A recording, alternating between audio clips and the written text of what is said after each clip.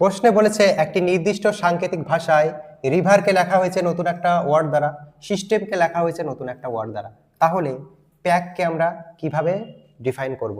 তাহলে এই টাইপের অঙ্কগুলো করতে গেলে আমাদের কি করতে হবে?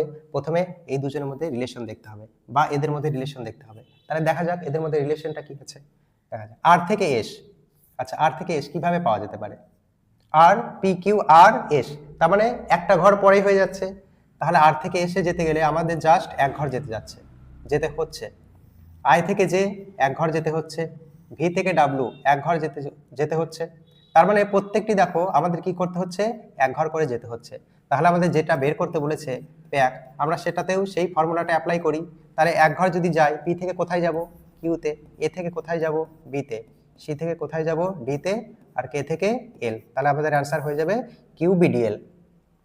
কোথায় আছে অপশন? অপশন হচ্ছে অপশন এ হয়ে যাবে সঠিক উত্তর।